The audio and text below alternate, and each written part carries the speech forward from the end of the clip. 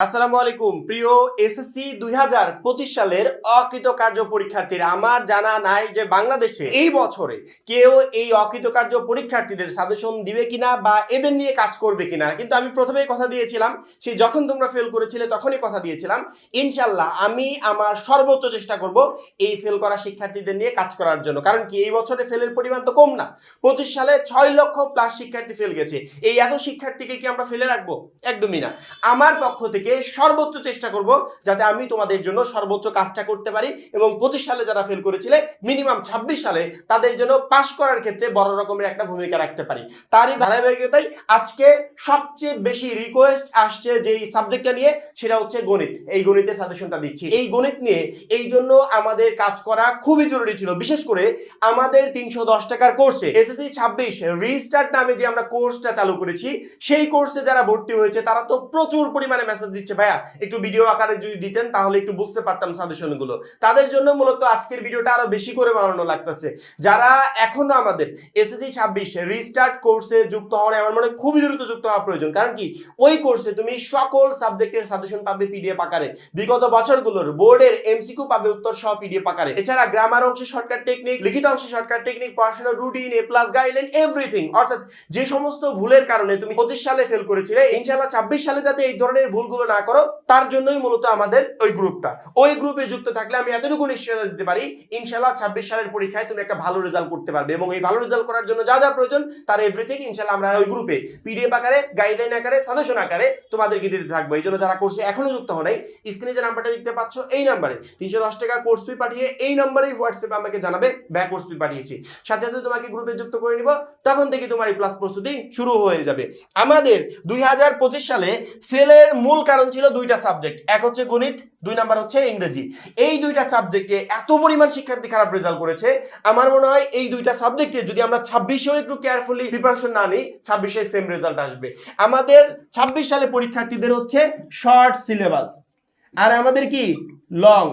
অর্থাৎ যারা 25-এর ফেল করা শিক্ষার্থী, অনিয়মিত প্লাস মানোন্নয়ন পরীক্ষা দিবে জিপিএ পরিবর্তনের জন্য, এই টোটাল শিক্ষার্থীদেরকে লং সিলেবাসে পরীক্ষা দিতে হবে। অর্থাৎ এতগুলো অধ্যায় পড়তে হবে, এই যে টোটাল 17টা অধ্যায় পরিসংখ্যান সহ, এই এতগুলো অধ্যায় থেকে প্রিপারেশন নিয়ে তারপরে পরীক্ষার হলে যেতে হবে। অর্থাৎ ওই 25 সালের মতোই সেম অবস্থা। কিন্তু 26-এ যারা পরীক্ষা দিবে তাদের কি অবস্থা জানো?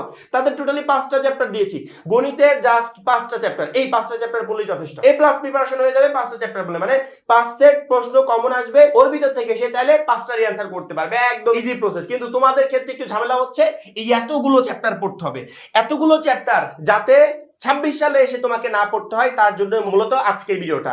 আমি তোমাদের এই সিলেবাসটাকে একদম শর্ট করে দিব, একদম শর্টকাট।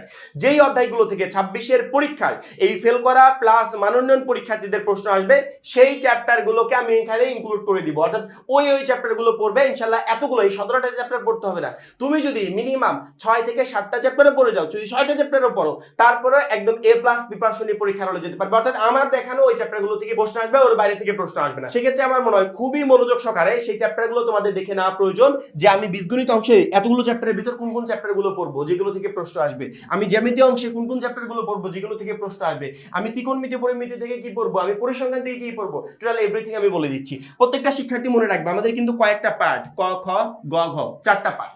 ক পার্ট থেকে আমার 3টা প্রশ্ন আসবে, লিখতে হবে 2টা প্রশ্ন আসবে। টোটাল কয়টা? 3টা, 6টা, 9টা, 10টা, 11টা, টোটাল 11 সেট প্রশ্ন পরীক্ষার হলে আসবে, যেখান থেকে আমাদের 7 সেট প্রশ্নের অ্যান্সার করতে হবে। 7 সেট কিন্তু আমি ইচ্ছা করলে ঢালাওভাবে অ্যান্সার করতে পারবো না, না। বীজগণিত থেকে বাধ্যতামূলক 2টার অ্যান্সার করতে হবে, জ্যামিতি থেকে বাধ্যতামূলক 2টার অ্যান্সার করতে হবে, ত্রিকোণমিতি পরিমিতি থেকে বাধ্যতামূলক 2টার অ্যান্সার, পরিসংখ্যান থেকে 1টার অ্যান্সার করতে পারবে। অর্থাৎ এই টোটাল 7টা প্রশ্নের অ্যান্সার তোমাকে করতে হবে। বীজগণিতের 2টা প্রশ্ন কমন পাওয়ার জন্য কোন কোন চ্যাপ্টারগুলো পড়বো, বা আমি যদি মিনিমাম 5টা করতে চাই, সেক্ষেত্রে আমাকে কোন কোন অধ্যায়টা পড়তে হবে, সেই অধ্যায়গুলোই আমি তোমাকে প্রথমত বলে দিব। বাস্তব সংখ্যা ইনক্লুড করার দরকার নেই, একবারে সোজা সাপটা কথা। সেট অফ ফাংশন পড়বে, বীজগাণিতিক রাশি পড়বে, এই 2টা অধ্যায়।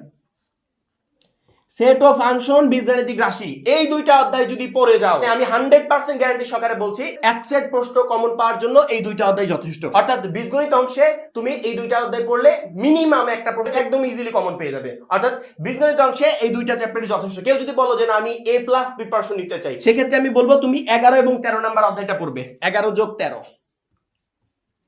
ঠিক আছে? বীজগণিতে অনুপাত পড়বে, সসীম ধারা পড়বে, এই দুইটা অধ্যায়ে পড়বে। অর্থাৎ বীজগণিত অংশে 2 সেট প্রশ্ন কমন পাওয়ার জন্য 2, 3, 11, 13 এই চারটা অধ্যায় তোমাকে পড়ে যেতে হবে। এবার আসি জ্যামিতি অংশে। জ্যামিতি অংশেও বাধ্যতামূলক দুইটার অ্যান্সার করতেই হবে। কেউ যদি একটার অ্যান্সার করতে চাও সেটা তার ব্যক্তিগত বিষয়, কিন্তু যারা এ প্লাস প্রিপারেশন নেবে, আমি পাস করার ক্ষেত্রে তোমার মিনিমাম কয়টা চ্যাপ্টার পড়তে হবে সেটাও আমি বলে দিব। এখন আপাতত এ প্লাস পাওয়ার ক্ষেত্রে যারা এ প্লাস প্রিপারেশন নিতে চাচ্ছ, যে আমি তো 25 সালে ফেল করেছিলাম বা মান উন্নয়ন পরীক্ষার্থী, আমি এই বছরে মিনিমাম এই গণিতে এ প্লাসটা তুলতে চাই, তাদের জন্য সাজেশন হচ্ছে এই চারটা চ্যাপ্টার পড়বে।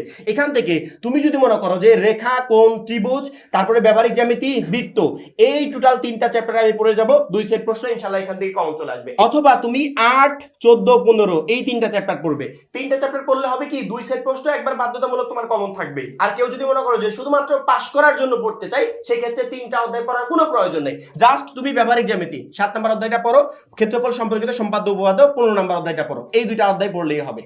ঠিক আছে? কেউ যদি পাস করার জন্য প্রিপারেশন নিতে চাও, যে শুধুমাত্র পাস করতে চাই, তাহলে এখান থেকে 2 ও 3 পড়বে বীজগণিত থেকে, এবং জ্যামিতি থেকে 7 ও 15 পড়বে। পরবর্তীতে ত্রিকোণমিতি ও পরিমিতি থেকে তুমি যদি মনে করো শুধুমাত্র 10 নম্বর চ্যাপ্টারটা পড়বো, এনাফ 10 নম্বরটা পড়ে যাও। কেউ যদি ত্রিকোণমিতি অনুপাত ভালো পারো, সেক্ষেত্রে 9 নম্বর চ্যাপ্টারটা পড়তে পারো। কেউ যদি মনে করো দূরত্ব উচ্চতা শুধুমাত্র পড়বো, তাহলে 10 নম্বর চ্যাপ্টারটা তুমি পড়ে যাও। ঠিক আছে? আমার কথা হচ্ছে পাস করার ক্ষেত্রে এখানে এক্সট্রা আমরি কোনো কিছু করতে হবে না। হাতে গোনা কয়েকটা চ্যাপ্টার যদি ভালো মতো প্রিপারেশন নিয়ে যেতে পারি, আমার পাস করার মতো নাম্বার একদম সহজে উঠে যাবে। আর ওইদিকে পরিসংখ্যান পড়েই আছে, যেখান থেকে এক সেট প্রশ্ন, মানে আমি তোমাদেরকে যে প্রশ্নগুলো দেখাবো, যে তুমি ক নাম্বারের জন্য এই প্রশ্নগুলো কমপ্লিট করে যাও, এখান থেকে একটা আসবে, খ নাম্বারের জন্য এগুলো পড়ে যাও, এখান থেকে একটা আসবে, গ নাম্বারের জন্য এগুলো পড়ে যাও, এখান থেকে একটা আসবে, ওইখান থেকেই আসবে। প্রতি বছর এই পরিসংখ্যানে রোটেট করে করে 1 বছর পর পর একই টাইপের প্রশ্নগুলো এসে থাকে। অর্থাৎ পরিসংখ্যানে তেমন কোনো প্রশ্ন হয় না, তো ওই সেম কোয়ালিটির প্রশ্নগুলো ঘুরিয়ে পেঁচিয়ে ওই একই রকম প্রশ্নগুলো দিয়ে থাকে। সেক্ষেত্রে পরিসংখ্যানের জন্য আমারই কষ্টও করতে হবে না। পরিসংখ্যানে যে আমি 10-এর ভিতর 10 কমন পাচ্ছি, সেই নিশ্চয়তা আমি দিব। পরিসংখ্যানের জন্য সাজেশন না, ডিরেক্টলি কোশ্চেন দিয়ে দেব যে এই প্রশ্নগুলো পড়ে যাও, এখান থেকেই বোর্ড পরীক্ষার হলে তোমার কমন আসবে। এই মুহূর্তে স্ক্রিনে দেখতে পাচ্ছ, আমরা কিন্তু ইতিমধ্যে পরিসংখ্যানের সেই পিডিএফটা রেডি করে ফেলেছি। অর্থাৎ পরিসংখ্যানের জন্য যে কোশ্চেনগুলো সলভ করে যেতে হবে, ক নাম্বারের জন্য যে কয়টা প্রশ্ন পড়বে, খ এর জন্য যে কয়টা প্রশ্ন পড়বে, গ এর জন্য যে কয়টা প্রশ্ন পড়বে, এইখান থেকেই একটা একটা করে প্রশ্ন তুমি পরীক্ষার হলে পাবে, সেই গ্যারান্টি আমি তোমাকে দিতে পারি। অর্থাৎ প্রতি বছরই আমরা বলি যে পরিসংখ্যান থেকে এখান থেকে প্রশ্ন আসবে, এই বছরে ইনশাআল্লাহ বলে দিব। পরিসংখ্যানের জন্য আমাদের এই পিডিএফটা তুমি কমপ্লিট করে যাবে। এই পিডিএফটা আমাদের 310 টাকার কোর্সে দেওয়া আছে, ওইখান থেকে তুমি ডাউনলোডও করে নিতে পারবে, কম্পিউটার দোকান থেকে প্রিন্টও করে নিতে পারবে। সেক্ষেত্রে এই পরিসংখ্যানের এক সেট নিয়ে কোনো প্রবলেম নাই, এখান থেকে 10 তোমার কমন। ঠিক আছে? ত্রিকোণমিতি ও পরিমিতি থেকে কেউ যদি মনে করো শুধুমাত্র পাস করতে চাই, তাহলে তুমি হয় 10 নাম্বার পড়ো, নয়তো বা 9-10 পড়ে যাও। কেউ যদি ত্রিকোণমিতি কোনো পাঠটা পারো, সেক্ষেত্রে এটা পড়ে যাও। কেউ যদি মনে করো আমি দূরত্ব উচ্চতা শুধুমাত্র পড়বো, এটা পড়ে যাও। এখান থেকে তোমার 10 কমন। খ নাম্বার জ্যামিতি, কেউ যদি মনে করো যে আমি ক্ষেত্রফল সম্পর্কিত সম্পাদ্য উপপাদ্য পড়বো, কোনো প্রবলেম নেই, পড়ে যাও। অর্থাৎ এক একটা পার্ট থেকে তুমি জাস্ট একটা একটা করে প্রশ্ন টার্গেট করবে, একটা সেট সৃজনশীল প্রশ্নের অ্যান্সার করবে। সেক্ষেত্রে এখান থেকে যদি 2টা চ্যাপ্টার পড়ো, তোমার সম্ভাবনা আছে 2টার ভিতর থেকে 2টা প্রশ্ন তোমার কমন পাওয়ার। অর্থাৎ 2টা অধ্যায় পড়লে 2টা কমন পাবে। সেক্ষেত্রে তুমি যদি মনে করো যে আমি 15 নাম্বার অধ্যায়টা পড়বো, যথেষ্ট, এখান থেকে ইজিলি তুমি 10 মার্কের অ্যান্সার করতে পারবে। আর এখান থেকে 2 ও 3 পড়লে এখান থেকে 10 মার্কের অ্যান্সার করতে পারবে। তাহলে কত হলো? 40। যারা মিনিমাম শুধুমাত্র পাস করতে চায়, তাদের জন্য এই 4 সেট প্রশ্ন আমি ইন্ডিকেট করে দিলাম, একদম ইজি প্রসেস। কেউ চাইলে সামনের এই কয়দিনে এই 4টা অধ্যায় টোটালি একবারে কমপ্লিট করে পরীক্ষার হলে যেতে পারে। সিকিউ, এমসিকিউ যাই কমন আসুক, এই 4টা অধ্যায় থেকে তার একটাও মিস হবে না। এখন যদি কেউ বলো যে ভাইয়া আমি একটু ভালো প্রিপারেশন নিয়ে যেতে চাই, অর্থাৎ পরীক্ষার হলে আমি শুধুমাত্র পাস না, ভালো একটা রেজাল্ট করতে চাই গণিতে, সেক্ষেত্রে তোমার জন্য আমার কথা হচ্ছে তুমি বীজগণিত অংশ থেকে 2, 3 পড়বে, 11, 13 এই 4টা চ্যাপ্টার পড়বে। তারপরে জ্যামিতি অংশ থেকে তুমি 7 এবং 15 এই 2টা অধ্যায় তো পড়বেই। তার সাথে যদি মনে করো যে একটা অধ্যায় ইনক্লুড করতে চাই, সেটা বৃত্ত হতে পারে, সেটা রেখা, কোণ ও ত্রিভুজ হতে পারে, যে কোনো একটা ইনক্লুড করতে পারো। অর্থাৎ জ্যামিতি অংশ থেকে তুমি যদি 3টা চ্যাপ্টার পড়ে যাও, তাহলে 2 সেট একবার বাধ্যতামূলক কমন পড়ার সম্ভাবনা থাকে। আবার এখানে ত্রিকোণমিতি ও পরিমিতি থেকে আমি বলবো 9 ও 10 পড়ে যাও। ঠিক আছে? 9 ও 10 পড়লে ইজিলি তোমার 2 সেট প্রশ্ন কমন থেকে যাবে। আবার পরিসংখ্যান থেকে ওই আমরা যে পিডিএফটা একটু আগে দেখালাম বা রেডি করে দিয়েছি, ওইখান থেকে পড়লে হবে, পরিসংখ্যানে তোমার কমন। সেক্ষেত্রে এই গণিতের 7 সেট প্রশ্নের অ্যান্সার করার জন্য তোমাকে কেউ আটকাতে পারবে না। এখান থেকে 4টা অধ্যায় পড়লে 2টা কমন, এখান থেকে 2 সেট প্রশ্ন কমন পাওয়ার মতো তো বলেই দিলাম। পরবর্তীতে এখান থেকে 9-10 পড়লেও 2টা কমন, তার পরবর্তীতে ওইখানে পরিসংখ্যানের একটা তোমার কমন। অর্থাৎ গণিতে তোমার A+ প্রিপারেশন হবে। যারা A+ প্রিপারেশন নিতে চাও, তাদের জন্য প্যাটার্ন এইটা। যারা শুধুমাত্র পাস করতে চাও, তাদের জন্য প্যাটার্ন 2, 3, 7, 15, 10, আর এখান থেকে আমরা যে পিডিএফ গুলো রেডি করে দিয়েছি এইগুলো, আর কিচ্ছু না, একদম ইজি। আমার মনে হয় না যে পাস করার ক্ষেত্রে কোনো প্রবলেম হবে, এ প্লাস পাওয়ার ক্ষেত্রে কোনো প্রবলেম হবে, কারণ আমরা এই 17টা চ্যাপ্টার যখন দেখি যে এতগুলো চ্যাপ্টার এই শর্ট টাইমে কমপ্লিট করবো কিভাবে, তখন কঠিন লাগে। আর এখন যখন একদমই শর্ট করে দিলাম যে এই চ্যাপ্টারগুলো থেকে প্রশ্ন আসবে, এখন আর কঠিন লাগবে না ইনশাল্লাহ। এখন তোমার কাছে এই গণিতটা একদম ইজি হয়ে যাবে। এখন বলতে পারো ভাইয়া সিকিউ তো বলে দিলেন, সিকিউ কোন কোন চ্যাপ্টারটা পড়বো সেগুলো শর্ট আকারে বলে দিলেন, বুঝলাম, কিন্তু এমসিকিউর জন্য কি করব? এই জায়গাতে মেইনলি আমরা সবচেয়ে বড় ভুল করি।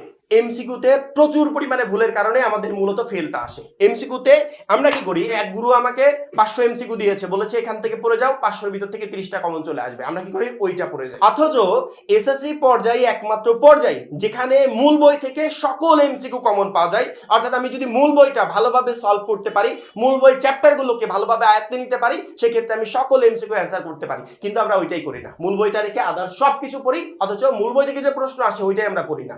ইন্টারমিডিয়েটে তুমি যখন যাবে, তোমাকে কয়েকটা করে বই পড়তে হবে, তারপরে প্রশ্ন কমন পাবে কিনা সন্দেহ, তাও এক একটা পত্রের জন্য। কিন্তু এসএসসি পর্যায়ে এরকম না। এসএসসি পর্যায়ে যদি মূল বইয়ের উপর কোনো শিক্ষার্থী ভালো মতো ফোকাস দিতে পারে, মূল বইটা কমপ্লিট করতে পারে, সেক্ষেত্রে মূল বই যথেষ্ট তার পরীক্ষায় সকল প্রশ্ন কমন পাওয়ার জন্য।